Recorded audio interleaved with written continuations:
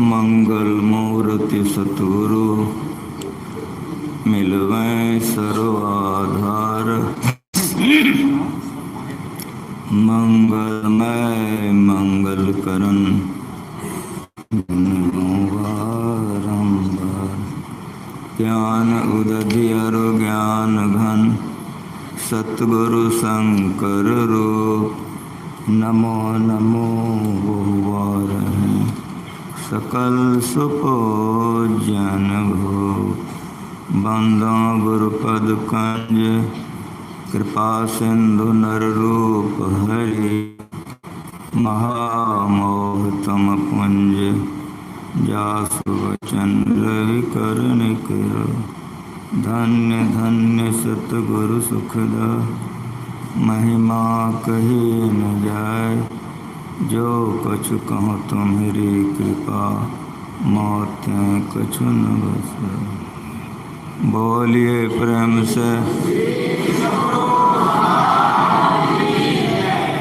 एक बार मस्ती में श्री।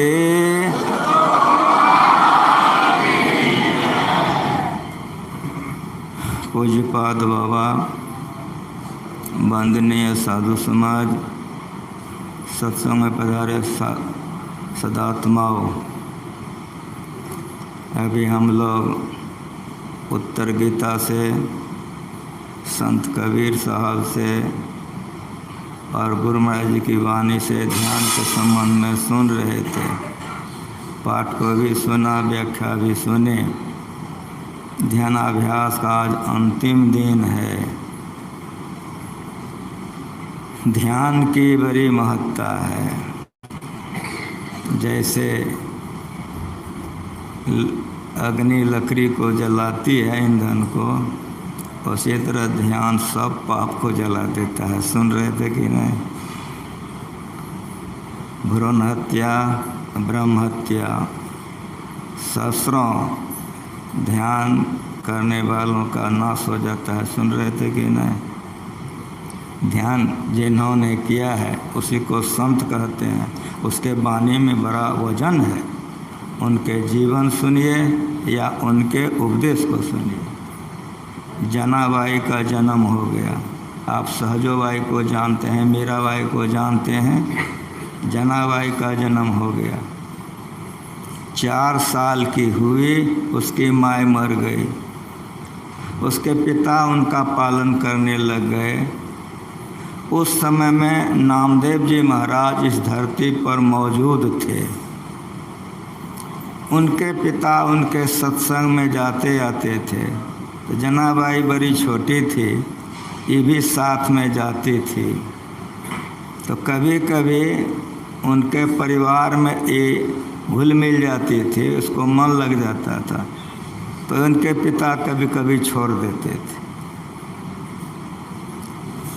14 परिवार था नामदेव जी महाराज का। 15वें में ही बच्ची हो गई। इनका मन लग गया। उन लोगों को भी बड़ा अच्छा लगता था इनके स्वभाव को देख करके। सुनिए, 7-8 साल की हुई, पिता भी उनके मर गए। अब उसी घर की सदस्य हो गई। उन्हीं के घर में झाड़ू पोछा आदि काम करती थी। जीवन जनाबाई व्यतीत करती थी। उन लोगों को भी मन में हो गया, एकदम परिवार के तरह घुल गई, रहने लग गई। सामने में भगवान विट्ठल का मंदिर था। तो जनाबाई रोज उसमें जाती थी ध्यान करने के लिए, पूजा करने के लिए, सत्संग करने के लिए रोज जाती थी। लेकिन काम इतना उनको पड़ जाता था कि कभी कभी अगर जनाबाई दिन में मौका नहीं मिलता था तो रात में जाके ध्यान करती थी, रात में जाके पूजा पाठ करती थी।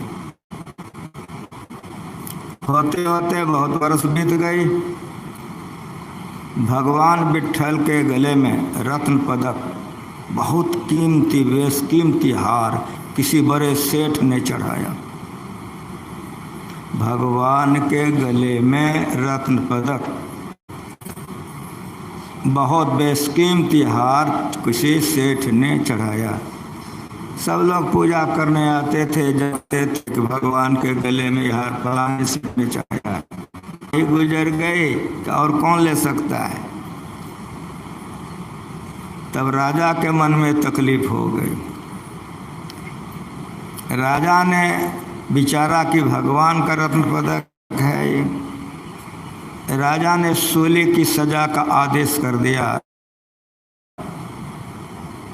हमारे भारत का इतिहास और संतों और भक्तों के इतिहास से जीवन या उनके उपदेश गलती करने वालों को फांसी हो गई। अभी फांसी की सज़ा चल रही है। सूली की सज़ा से सारे भक्त मंडली में हाहाकार मच गया। सूली की तैयारी हो गई है। जल्लाद आया और जनाबाई से कहा कि चलो। जैसे कहा चलो, जनाबाई ने कहा कि अवश्य जाऊंगे, लेकिन जरा सा तुम हमको मौका दो। और प्रार्थना की मालिक मेरी जान चली जाएगी, इसका मालिक मेरी जान चली जाएगी, इसका मुझे कोई परवाह नहीं है। मैं तो मरती हूँ, जन्मती हूँ और मरती हूँ, तो मैं मर जाऊंगी, इसके लिए मुझे कोई तकलीफ नहीं है। लेकिन मालिक, इस सच्चाई को तू ही जानता है, इसलिए अगर मेरी मृत्यु होगी तो तेरे ऊपर कलंक सदा के लिए रह जाएगा। यही हमारे हृदय में पिंच कर रहा है। मालिक, अब तुम इसको संभालो, तुमको जो इच्छा हो सो करो। प्रार्थना कर रही है कि जल्लाद ने दोबारे कहा कि समय हो गया। जैसे जल्लाद ने कहा समय हो गया, जनाबाई ने आंखें खोली, सूली पर दोनों दृष्टि को टिकाई। जैसे दोनों दृष्टि सूली पर टिकी, मोमबत्ती की तरह गल करके जमीन पर नीचे आ गए। सारे भक्तों ने जनाबाई को गोदी में उठा, यह है ध्यान का बल है। ये ध्यान करने वाला झूठ बोलेगा नहीं होगा, चोरी करेगा नहीं होगा, न से तन मद, मन मद, जाति मद, विद्या मद, सब लोग राज मद, उन्मद, इतने मद को रद्द करे तब पावे अनहद। जो तमाम अहंकारों से अपने आप को उठा करके दृष्टि की धार को जोड़ता है, क्या सुने? नाम का तेल, सूरत की बातें, ब्रह्म अग्नि उद्गार रे, अपने घट देना बारू रे। जगमग जोत निहार मंदिर में, तन मन धन सब बारू रे। झूठी जान जगत की आशा, बारंबार विसारू रे। कह कबीर सुनो बैसा दो, आपन का संभारो रे। ध्यानाभ्यास का आज अंतिम समय है। एक समय का सत्संग बच गया है। जो लोग इस ज्ञान को सीख चुके हैं, घर में भी जाएंगे तो करते रहेंगे तो परम कल्याण होगा। इन्हीं शब्दों के साथ एक बार प्रेम से बोलिए।